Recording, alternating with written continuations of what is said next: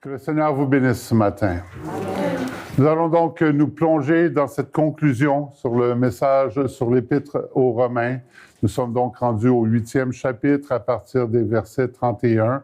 Et Paul va commencer en disant ceci. « Que dirons-nous donc à l'égard de ces choses? Si Dieu est pour nous, qui sera contre nous? » Donc, que dirons-nous donc à l'égard de ces choses? C'est pratiquement une phrase de conclusion. C'est-à-dire que Paul a exposé son point, un point qui commence grosso modo avec le chapitre 7, où Paul nous parle de la faiblesse de la chair pour ce qui est d'accomplir la volonté de Dieu. Il nous donne des éléments clés également, nous parlant qu'il y a des lois qui sont à l'œuvre. Premièrement, il y a la loi de Dieu. La loi de Dieu, elle fait quoi? Elle expose le péché. Elle expose ce qui est contre la volonté de Dieu et elle va donc réglementer le péché. Elle va réglementer le péché de telle façon que si tu as commis telle ou telle action, ben, il y aura des gestes selon la loi de réparation, des sacrifices à offrir, etc. Il y a certains péchés toutefois qui n'avaient aucun sacrifice qui pouvait être offert et que la seule réparation possible, c'était la mort.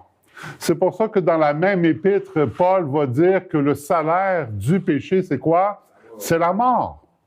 Et la loi était claire là-dessus. Par exemple, si vous aviez commis l'adultère, ben, c'était la lapidation, c'était la mort.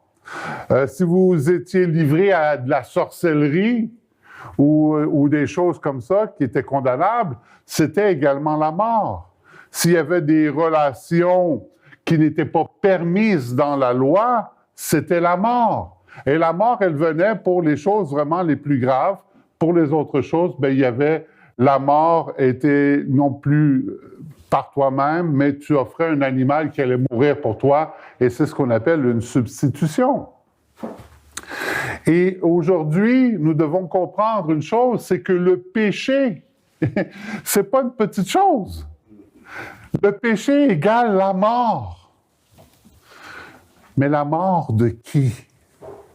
Et c'est là où le message chrétien est extraordinaire, parce que la mort que nous devrions subir pour le péché, Christ est venu la subir à notre place. Et c'est là toute la puissance du message de l'Évangile si on le compare aux autres religions.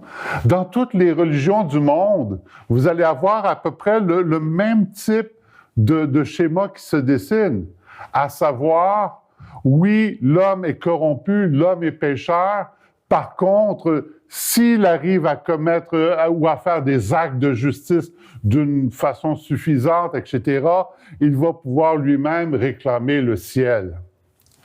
La foi chrétienne dit non à cela. Elle dit, pour toi, c'est impossible d'aller au ciel par ta force, par tes œuvres, par ta sagesse, par ton intelligence, ou qui tu penses que tes parents sont. « Oh, mes parents sont chrétiens, je suis sauvé. » Non. Seule la réception de Christ dans notre vie nous garantit le ciel. Si Christ vit en nous, c'est la seule chose qui nous garantit que nous serons au ciel avec lui. Si nous n'avons pas Jésus-Christ, nous n'avons rien. Mais si nous avons Jésus-Christ, nous avons tout pleinement en lui. Amen.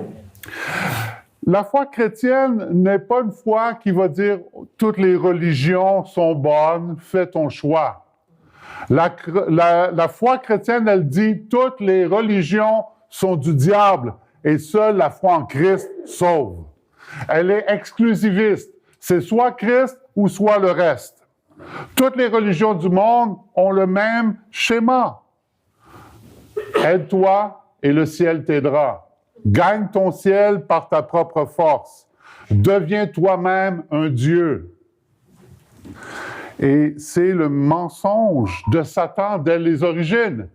Vous serez des dieux. Vous serez vous-même Dieu. Appropriez-vous votre propre divination. Mais la foi chrétienne, c'est tout le contraire. Ce n'est pas l'homme qui devient Dieu, c'est Dieu qui devient un homme. C'est Christ qui quitte le ciel et qui vient ici sur terre. La bonne nouvelle, c'est que le salut, ce n'est pas tes efforts personnels. Le salut, c'est Christ qui vient en toi et qui vient maintenant s'établir dans ta vie. Mais Christ ne te forcera jamais. Il ne vient pas pour défoncer la porte, mais il va frapper à la porte. Lorsque nous annonçons la foi chrétienne, nous ne disons pas « Hey, si tu ne fais pas partie de notre groupe, là, tu ne peux pas être sauvé. » Ça, c'est les sectes qui font faire ça. Non, ce n'est pas d'appartenir à un groupe, c'est de recevoir Christ. Et c'est tout. Lorsque nous prêchons l'Évangile, nous n'annonçons pas un groupe, une organisation ou encore moins l'Église Béthanie. Nous n'avons pas à remplir les bancs d'une église ou d'un bâtiment. Lorsque nous annonçons l'Évangile, nous annonçons Jésus-Christ et Jésus-Christ seul. Parce qu'il n'y a pas d'autre nom par lequel nous pouvons être sauvés. Paul est clair que les efforts humains ne sont pas suffisants parce qu'en nous, il y a une loi qui agit, qui est la loi du péché. Et Paul va dire, j'ai le désir, j'ai la volonté de faire ce qui est bien, mais pas la capacité. C'est tout le sens de Romains 7. Je ne peux pas, par la force de ma chair, plaire à Dieu, parce que cette loi-là va me contraindre. De la même manière, si vous allez au sommet de la tour Ville-Marie et que vous dites la loi de la gravité, c'est une blague, ça n'existe pas, c'est une invention, et que vous décidez de sauter en bas, la loi de la gravité vous ramène à la réalité de l'asphalte. Et là, vous avez un choc. C'est le dernier choc de votre vie. Non. Il y a des lois qui nous contraignent. La loi du péché te contraint à quoi? À pécher. Pour pouvoir passer outre une loi, ça prend une loi plus forte. Ah oui. Il y a des règles qui sont en application pour qu'un avion qui pèse des tonnes puisse voler.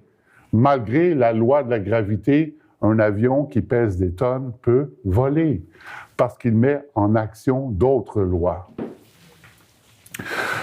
De même, la loi du péché, elle pourrait sans cesse contraindre une personne qui n'est pas née de nouveau. Mais c'est là où Romains 8 devient intéressant. Parce que Romains 8, lorsqu'il est question de la chair ou de l'esprit, Romains 8 va nous dire ceci. C'est que la loi de l'esprit est plus forte que la loi du péché. Que la loi du péché qui faisait de nous des esclaves. Un esclave, il n'a pas le choix, il est obligé de faire ce que son maître dit. La loi du péché était un tyran. Mais la loi de l'esprit, elle fait quoi? Elle nous émancipe de la loi du péché. De sorte que maintenant, avec cette nouvelle loi, la loi de l'esprit, si Christ vit effectivement en nous, nous ne sommes plus esclaves du péché. Le péché ne peut pas nous contraindre à agir. Attention, ça ne veut pas dire qu'une fois que vous êtes né de nouveau, vous ne pécherez plus jamais. Non. Mais ça veut dire que le péché ne peut pas t'obliger comme il le faisait quand tu n'étais pas né de nouveau. Et je vais vous dire une différence entre un chrétien et un non-chrétien par rapport au péché. Lorsqu'on n'est pas chrétien et qu'on pêche, on n'est pas tourmenté dans notre esprit à propos de ça. Il y a même des gens qui vont se glorifier de leur péché. Paul va dire aux Corinthiens qu'ils rougissent maintenant de ce qu'ils se glorifiaient autrefois. Aujourd'hui, ils en ont honte. Il y a des choses que quand tu es chrétien, si tu te souviens de ton ancienne vie, tu vas dire « Oh, j'espère que personne d'autre dans l'Assemblée sait ça. » Pourquoi? Parce que le péché, nous savons, aujourd'hui, ça nous fait honte parce qu'on est conscient de la loi de Dieu. Mais je vais vous dire une chose. Christ t'a affranchi du péché. Et non seulement ça, le sang de Jésus te purifie de tout péché. Quand Dieu regarde ta vie, il ne voit plus tes péchés. Il ne voit pas ton ancienne vie. Il ne voit pas tes manquements. Il te voit à travers le sang de Jésus-Christ. Et parce que Dieu te voit à travers le sang de Jésus-Christ, il voit quelqu'un de pur et de justifié. Aujourd'hui, la loi de Christ m'affranchit de la loi du péché. Et parce que Christ est dans ma vie, c'est pas un hasard, c'est un choix de Dieu. Un choix que Dieu a fait avant même la fondation du monde, parce qu'il a connu toutes choses d'avance. Et la parole de Dieu nous avait dit aussi en Romains 8, 29 et 30, que ceux qu'il a connus d'avance, il les a aussi prédestinés. Aujourd'hui, Dieu a choisi, tu dois savoir que Dieu a choisi ton destin avant même que tu sois né. C'est le choix souverain de Dieu. Amen. Si tu ne crois pas ça, tu ne crois pas que Dieu est souverain. Mais Dieu est souverain. Il te choisit, il t'a prédestiné, et ceux qu'il a prédestinés, il les a aussi appelés. Avez-vous reçu l'appel de Jésus-Christ dans votre vie? Amen. Amen. Si tu as reçu l'appel de Jésus-Christ, ce n'est pas un hasard. C'est que Dieu, à un moment donné, il appelle ses prédestinés. Et parce que tu as été appelé, il t'offre aussi la justice qui est Christ. Tu ne peux pas appartenir au royaume de Dieu, tu ne peux pas appartenir au royaume de Dieu sans d'abord la justice de Christ. Et la justice de Christ, c'est quoi? C'est qu'il est mort sur une croix pour nos péchés. C'est ça la justice de Dieu.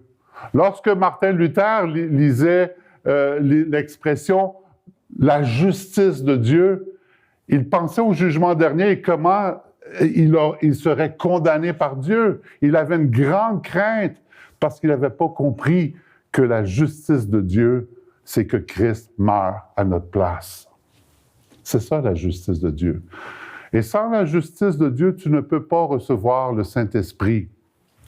Tu dois d'abord passer par la justice de Dieu et recevoir le sacrifice de Christ. Seul le sacrifice de Jésus à la croix te sauve de tout péché. Et tu ne peux pas être en relation avec Dieu sans que tes péchés aient été réglés devant Dieu. Et tu ne peux pas régler tes péchés en essayant d'ajouter des bonnes œuvres dans ta vie. Le Seigneur m'avait guidé une fois à vous parler de ce qui est dit dans la Bible aussi, que la mouche va corrompre l'huile du parfumeur. Vous avez déjà entendu parler de cela? Que la mouche corrompt l'huile du parfumeur. Une mouche, c'est plein de bactéries, c'est plein de choses infectes. Et si une mouche tombe dans l'huile, il n'y a plus rien à faire avec cette huile-là. Quand même, tu essaies de rajouter d'autres huiles, ton huile est terminée, c'est fini. Si vous avez un verre d'eau qui a une goutte de poison dedans, même si vous rajoutez de l'eau, il y a toujours un verre d'eau empoisonné. Et nos vies, vous savez, c'est comme des pots d'huile qui n'ont pas juste une mouche dedans. Ils sont remplis de mouches. C'est ça le péché. Il n'y a rien à faire avec la vieille huile remplie de mouches. Seule la nouvelle huile et ce nouveau départ, seule la nouvelle vie en Christ nous rend propices pour le royaume de Dieu. N'essayez pas d'ajouter de l'huile dans votre pot rempli de mouches. Ça ne sert à rien. Ce pot ne sert à rien. Votre vieil Adam, votre vieille Ève ne servent à rien pour le royaume de Dieu. Mais Christ vous donne une nouvelle vie. Il donne un nouveau départ. Il donne un nouvel espoir. Votre pot de mouche est parti et vous avez l'huile pure et sainte qui est Christ lui-même. L'onction pure et sainte qui est le Saint-Esprit vivant en nous. Alléluia! Ça, c'est notre espoir. Amen. C'est le Saint-Esprit vivant en nous. Alléluia! Le vieil Adam, la vieille Ève, il n'y a rien à faire. Mais le nouvel Adam, qui est Jésus-Christ, vivant en nous, c'est notre espoir. Alléluia! Paul te dit aussi que ceux qu'il a justifiés, il les a aussi glorifiés. Et j'aimerais te dire, mon frère, ma sœur, que le mot n'est pas quelque chose de futur. mais quelque chose qui est écrit au passé. Et dans le texte grec, c'est à l'aoriste, ça veut dire que c'est quelque chose d'immuable, c'est quelque chose de fixe, c'est quelque chose qui ne peut être renversé. Ta glorification, ta vie céleste éternelle avec Christ est quelque chose d'assuré. Elle n'est pas assurée par tes œuvres, elle n'est pas assurée par quoi que ce soit d'autre que l'œuvre de Christ à la croix. Et voici ce que nous dit le 32e verset de l'Épître aux Romains au chapitre 8. Lui qui n'a point épargné son propre Fils, mais qui l'a livré pour nous tous, comment ne nous donnera-t-il pas aussi toutes choses avec lui? Tout ce qui t'empêchait d'être avec Dieu pour l'éternité est réglé à la croix. C'est réglé. Donc, s'il a réglé ce qui te séparait de Dieu, il n'y a plus rien qui pourra te séparer de Dieu. C'est une extraordinaire nouvelle.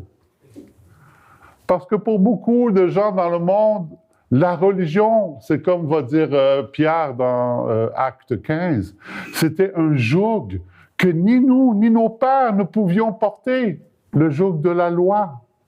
Et toutes les religions sont semblables. C'est le joug de la loi. Fais, ne fais pas, fais ceci, ne fais pas cela. Et puis, si tu fais des bonnes actions, tu vas gagner ton ciel. Tout ça, c'est rien, parce que c'est de la mouche dans de l'huile. Et quand même, tu rajoutes autant d'huile que tu voudras, c'est une corruption. Mais aujourd'hui, la bonne nouvelle, c'est que maintenant, tu as Jésus-Christ. Ce qui te séparait de Dieu, maintenant, n'existe plus. Et comme il n'y a plus rien qui te sépare de Dieu, alléluia, Dieu va te donner aussi toutes choses. Toutes choses. Tu peux demander. Le Seigneur Jésus a dit, vous avez jusqu'à maintenant rien demandé en mon nom, mais demandez.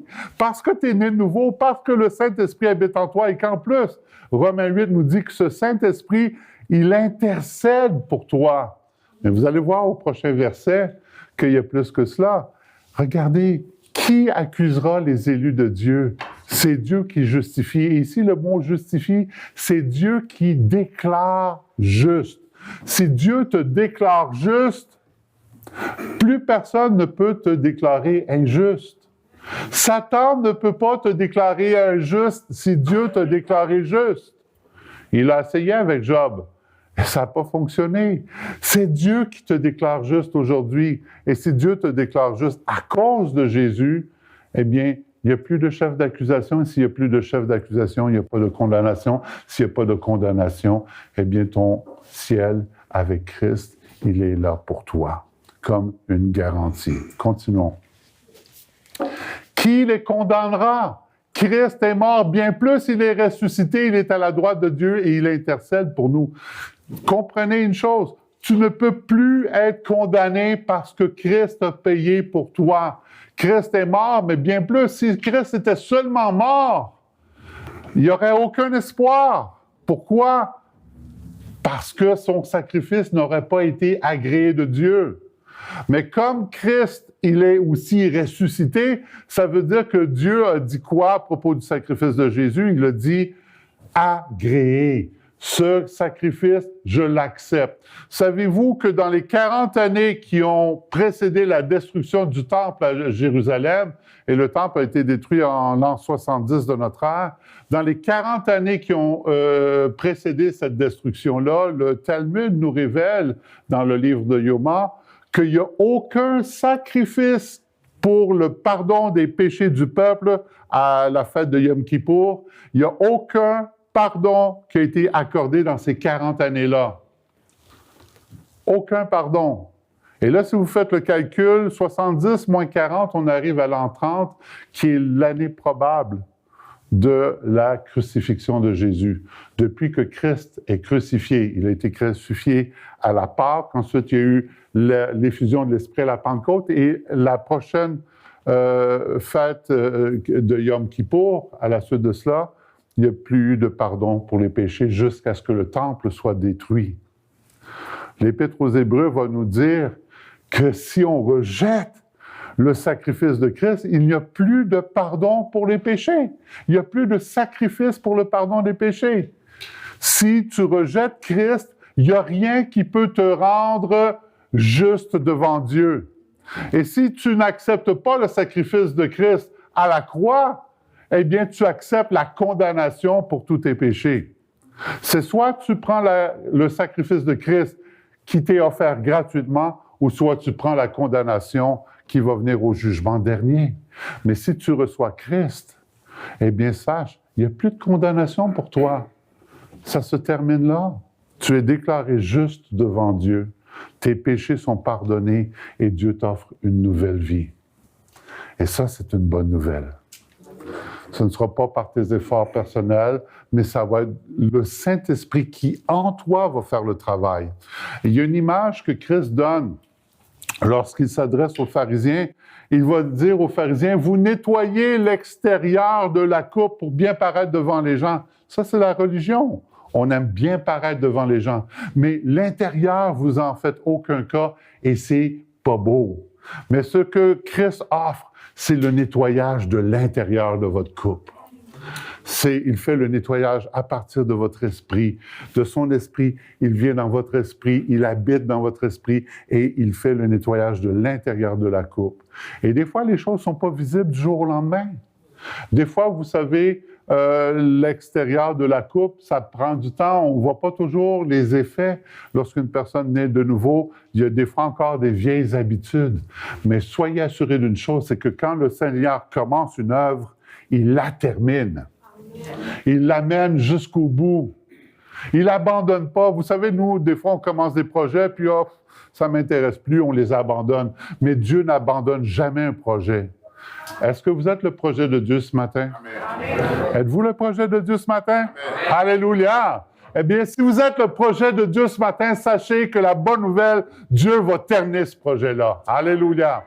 Et vous allez être debout dans le ciel, alléluia, à louer Christ pour l'éternité. Amen. Qui nous séparera de l'amour de Christ? Sera-ce la tribulation ou l'angoisse ou la persécution ou la faim ou la nudité ou le péril ou l'épée? Et ça, vous devez comprendre que Paul s'adresse à une Église qui est persécutée. Une Église, vous devez comprendre, c'est l'Église de Rome. Et savez-vous qu'à Rome, il y avait un empereur du nom de Néron au temps de Paul? C'est d'ailleurs sous Néron que Paul va périr décapité. Et une des choses que Néron a fait, on en a parlé au dernier message, juste pour vous montrer sa cruauté, non seulement il a crucifié des chrétiens dans la ville, mais en même temps, il les enduisait de quelque chose et il les faisait flamber. Il éclairait son jardin avec des crucifiés flambés. C'est le genre de cruauté auquel les chrétiens romains ont eu à faire face. Et Paul s'adresse donc à cette Église-là, qui a connu les persécutions à Rome, en leur disant, même toutes ces choses-là ne pourront pas vous séparer de Christ. Même si ici-bas, nous endurons des souffrances pour un temps, et il y a encore des pays où les chrétiens sont très malmenés, et je vais vous dire, ils se réjouissent lorsqu'ils lisent des versets comme ceux-là. Au Canada, on est très bénis. Pour l'instant. Mais il y a d'autres pays où ce n'est pas le cas. Il y a des pays où les chrétiens paient très cher leur foi. La tribulation, l'angoisse, la persécution, la faim, ou la nudité, ou le péril, ou l'épée. Parce que des chrétiens sont mis à mort encore aujourd'hui dans le monde. Parce que des chrétiens sont traités comme des citoyens de deuxième classe dans le monde. Mais Christ leur rappelle que malgré toutes ces épreuves, ils ne seront jamais séparés de son amour. Amen. Selon qu'il est écrit, c'est à cause de toi qu'on nous met à mort tout le jour, qu'on nous regarde comme des brebis destinées à la boucherie. Je vais vous dire, on est dans une époque un peu spéciale où vous voyez une aversion antichrétienne monter dans des pays qui, soi-disant, sont des pays évangélisés, des pays chrétiens. Vous allez voir de plus en plus d'aversion. Et pourquoi? Parce que le Seigneur appelle à la sainteté et les gens qui ont choisi un mode de vie qui n'est pas sain, bien, ils vont détester ceux qui veulent vivre selon le commandement de Dieu. Et je vais vous dire, il y en a de plus en plus. De plus en plus, vous voyez les démons influencer les sphères politiques pour amener ces agendas-là. Pas plus tard que cette semaine, j'ai un frère chrétien que Pasteur Caloré et moi, on a aidé pour l'immigration. Et là, il me dit qu'à l'école, ils obligent sa fille à participer à un cours sur l'orientation sexuelle où ils veulent promouvoir certains agendas. Et là, lui, il s'oppose à ça. Il dit, qu'est-ce que je peux faire? Donc, il commence la lutte contre ça. Cet agenda-là est poussé chez les enfants. Notre frère Luc Gingras nous parlait que son petit-fils, à un moment donné, à l'école, il y a des professeurs qui lui ont dit, tu sais, en toi, il y a une petite princesse qui vit. Tout ça dans le but éventuel de castrer ces jeunes enfants-là par des procédures chimiques afin, je ne sais pas, peut-être qu'ils se disent qu'ils vont pouvoir réduire la croissance démographique de cette façon-là. Mais c'est horrible, ce sont des agendas sataniques. Et nous vivons donc dans un monde comme ça. Et ces choses-là vont aller, plus on approche la manifestation de l'Antichrist, bien, plus vous allez voir ces choses-là se manifester. Pourquoi? Parce que la parole de Dieu nous dit que l'Antichrist, c'est aussi un anti-loi. Il est un adversaire de tout ce que Dieu déclare saint. Lui, il va faire le contraire. Il veut amener donc l'iniquité. Et la parole de Dieu nous dit qu'à la fin, l'iniquité va atteindre son comble pour déclencher la colère de Dieu. Continuons ce matin.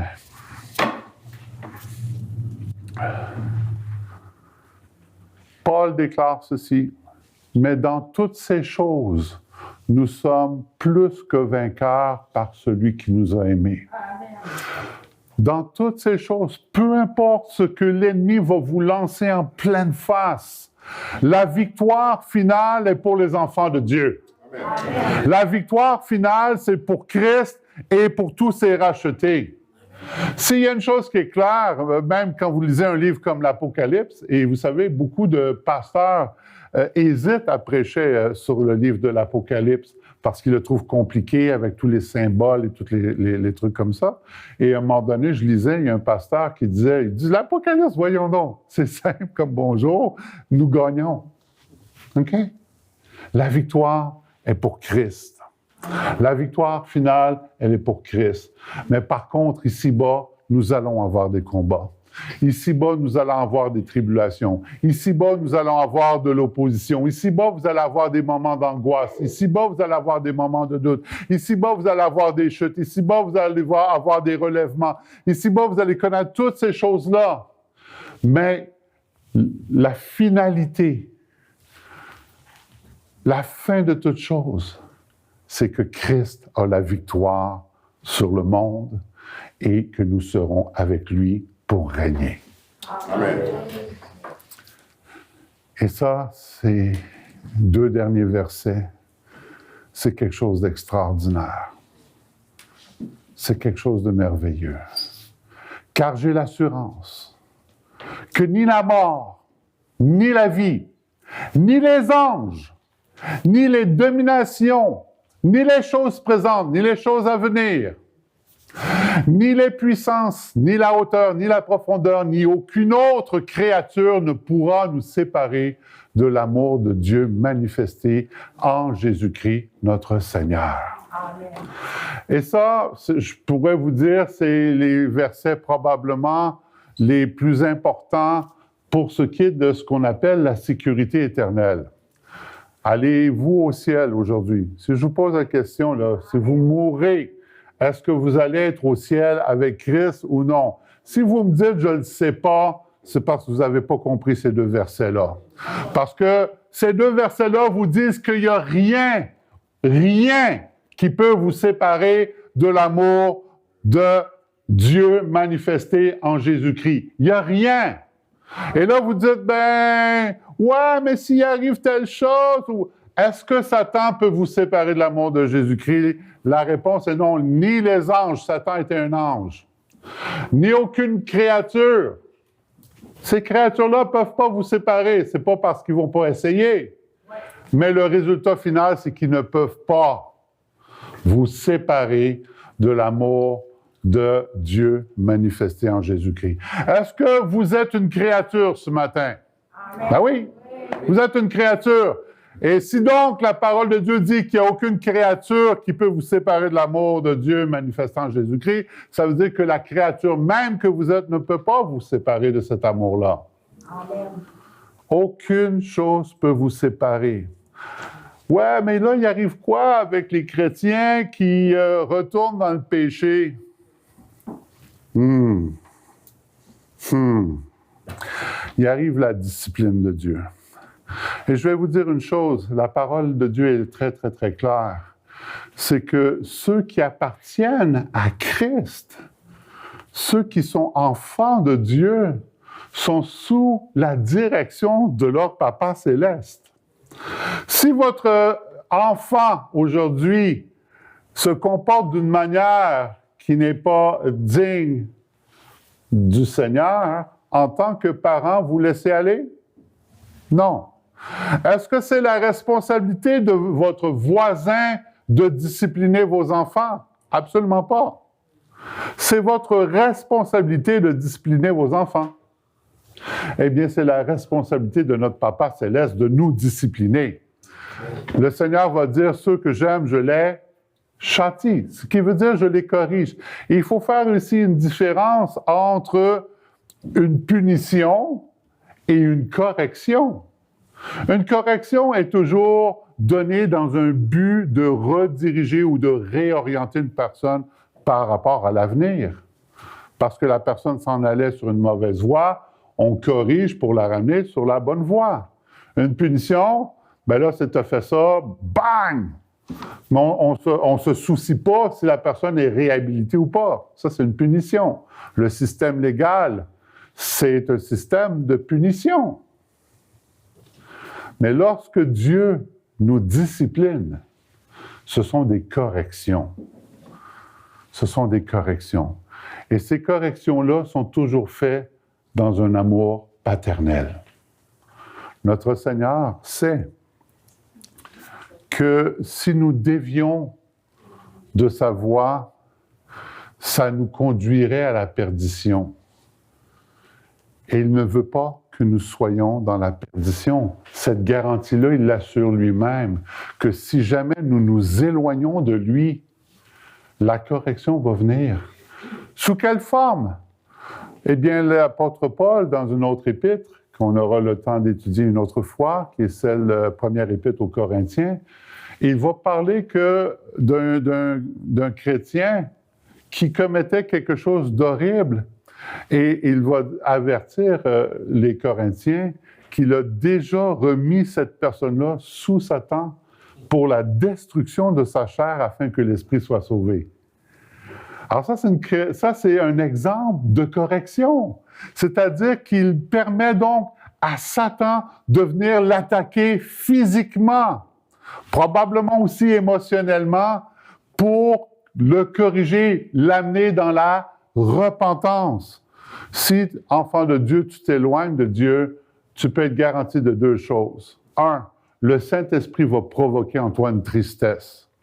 Mais en même temps, tu ouvres la porte à des choses qui vont arriver physiquement dans ta vie.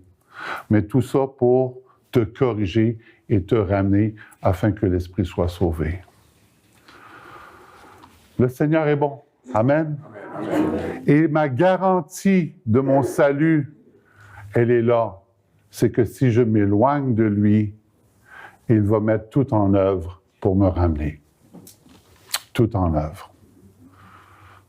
Le psaume 151 de David est très éloquent à ce sujet-là. Lorsque David a péché, là, il commençait vraiment à s'éloigner de Dieu.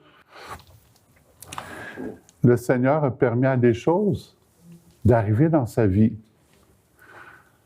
D'abord, juste la distance d'avec Dieu, le fait que David a perdu cette relation-là avec Dieu, c'est venu provoquer en lui une tristesse énorme. Et à un tel point que David, à un moment donné, son seul souci, ce n'était pas les conséquences qui pouvaient lui arriver physiquement ou au niveau de son royaume, tout ça. Ça passait en dernier. Son seul souci, c'était sa relation avec Dieu. Tu seras juste dans ton jugement. Alors, peu importe ce qui m'arrive, c'est correct. La seule chose que je demande, c'est ne me retire pas ton Esprit Saint. Amen. Et David a été témoin d'un roi juste avant lui qui s'est fait retirer l'Esprit Saint. Que notre désir soit le même aujourd'hui. Que notre désir soit de ne jamais perdre cette relation extraordinaire, même pour un instant, que nous avons avec Dieu. Cette communion avec notre Papa Céleste devrait toujours être notre priorité. Que si nous nous éloignons, eh bien, que la tristesse du Saint-Esprit nous amène dans la repentance. Parce que la repentance, c'est une des plus belles choses.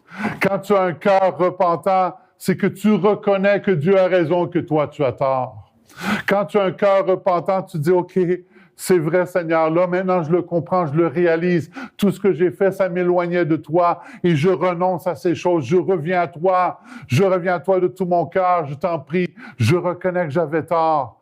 Et vous savez, quand tu confesses ton péché devant Dieu, alléluia, Christ devient ton avocat céleste. Christ est celui qui plaide ta cause devant Dieu. Christ est celui qui t'offre le pardon des péchés. Le pardon des péchés n'est pas possible sans le sang de Jésus-Christ. Il n'y a aucun pardon de péché sans le sang de Jésus-Christ.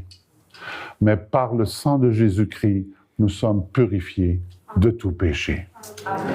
Le Seigneur sait que ce ne sera pas un combat facile.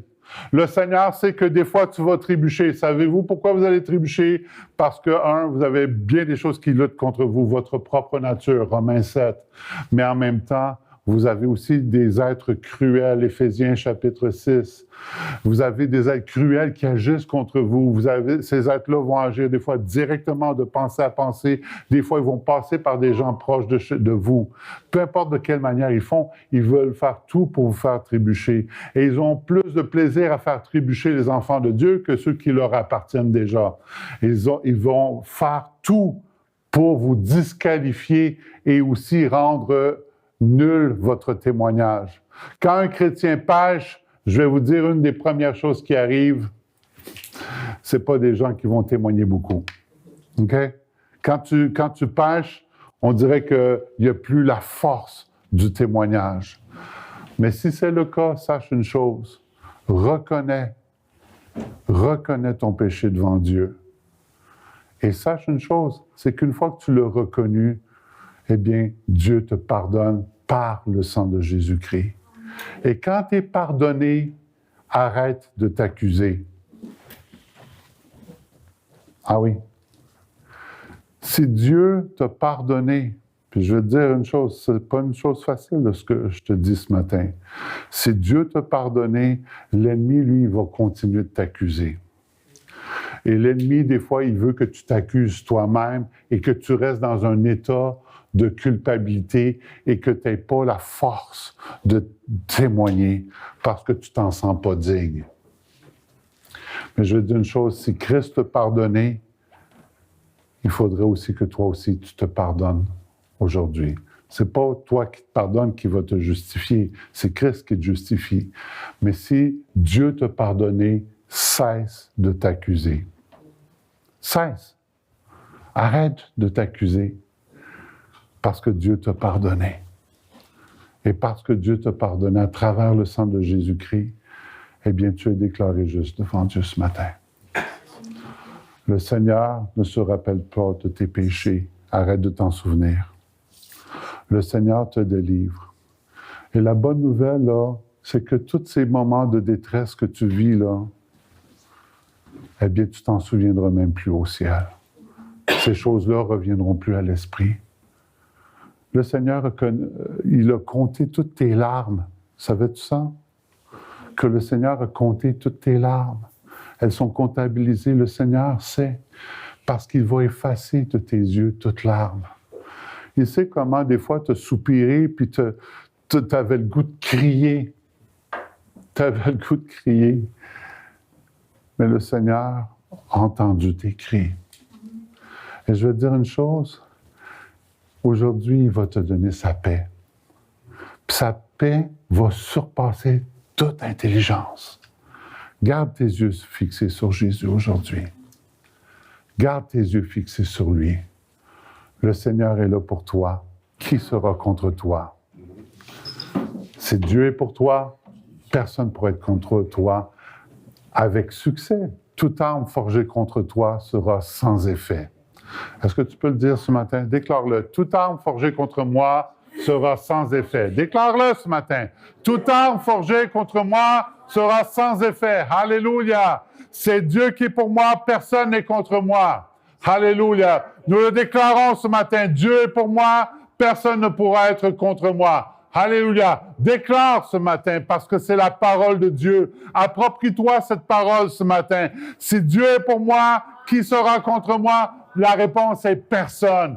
Personne ne pourra avoir de succès à être contre toi, car Dieu te donne la victoire ce matin. Et cette victoire, elle est en Jésus-Christ. Alléluia. Ne marche pas avec un esprit de défaite. Ne marche plus jamais avec un esprit de défaite. Le Seigneur te donne la victoire. Mets tes garçons sous haut. Mets tes femmes sous haut. Que les hommes se mettent une ceinture alentour des reins, qui se lèvent. Prends ta victoire. Ne te laisse pas avoir par des mensonges dans un esprit de défaite, alors que le Seigneur est pour toi et qu'il te dit que rien ne te séparera de l'amour de Jésus-Christ. Marche dans ta victoire aujourd'hui. Marche dans ta victoire. Lève-toi ce matin. Lève-toi, lève-toi, lève-toi. Levez haut, levez haut, levez haut. OK? Lève-toi ce matin. Déclare-le parce que le Seigneur te l'a dit. Les promesses de Dieu, là, c'est pas juste, oh, c'était dans ce temps-là. Les promesses de Dieu sont là pour toi aujourd'hui. Tu dois les prendre, tu dois les croire, tu dois te dire, Seigneur, tu me parles par ta parole et j'accepte. Parce qu'aujourd'hui, je ne marcherai plus dans la défaite. Aujourd'hui, je vais marcher dans la victoire. Le Seigneur m'a garanti par sa mort à la croix cette victoire. Alors, je vais marcher dans la victoire. Ça ne veut pas dire que je n'aurai pas des combats, mais je vais avoir la victoire sur tout combat. Dis-le ce matin, je vais avoir la victoire sur tout combat. Je vais avoir la victoire sur tout combat au nom de Yeshua. Je vais avoir la victoire sur tout combat au nom de Yeshua. Alléluia. Alléluia, parce que ce n'est pas un esprit de timidité que nous avons reçu, mais c'est un esprit de force, de sagesse et d'amour. Un esprit de force, de sagesse et d'amour. Alléluia. Déclare ta victoire, enfant de Dieu. Amen et amen.